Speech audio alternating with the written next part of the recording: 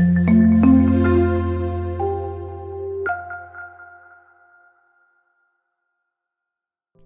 mills are commercial dog breeding facilities designed to maximize profits. There are thousands of mills in the U.S. alone. Sadly, the animals have to live in these sickly establishments, rarely receive the loving care they need and deserve. But when one assumes ownership of an animal, they're also taking responsibility for a life. However, these facilities offer nothing more than inhumane treatment, and any hope of a happy life quickly diminishes. But when the dogs at the Cander County, Georgia puppy mill saw an opportunity, they decided to beg for their freedom before it was too late, and their story is heartbreaking. Over 160 German Shepherds lived on a Cander County property, but it wasn't home sweet home.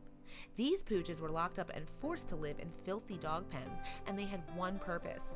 They were there to breed and have more puppies so that the human owner could sell these offspring for profit. And it was worse than it sounded. The dogs had no shelter, no water, no food, let alone the love and tender care they definitely needed. But all hope wasn't lost. Local residents discovered the presence of the puppy mill in the neighborhood.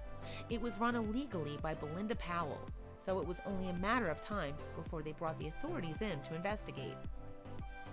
The residents asked the police to shut down the puppy mill, but this wasn't the only mill Powell owned. It turns out that Powell had another puppy mill in Montgomery County, Georgia, which had over 100 German Shepherds. Powell was eventually arrested.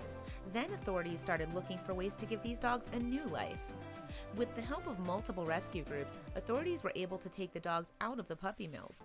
Jessica Rock, the Atlanta Humane Society's Director of Legal Advocacy and Law Enforcement Support, visited the mill in Cander County.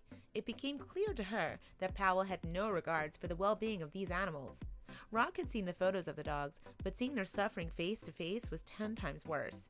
She could see the pain in each one of the dogs' faces, and their living conditions were deplorable. Rock claimed that the dogs began to howl simultaneously the moment the rescuers arrived on the scene. It was haunting to hear the number of dogs howling for help the way a human being would have. Some dogs appeared to have been well fed, while others were virtually emaciated. But when you put so many dogs in one pen, stronger dogs will become bullies and take the food of the weaker ones, leaving their brethren with little or no sustenance. The dogs were scared of rescuers at first, but some of them were wagging their tails with gratitude. Rock and rescue teams from the organizations managed to remove all the dogs and get them to medical attention. Then they placed them in foster homes and shelters. It was a lot of work, but it paid off, and some dogs already found new homes with amazing forever families. Rock was disheartened by the fear and desperation in the dogs' eyes, but was elated by the rescue teams. Everyone pulled together for the sole purpose of saving the dogs, and it worked. Now, in lieu of the sadness, the dogs were practically smiling. This just goes to show you that dogs are extremely resilient and can bounce back from even the worst case of scenarios.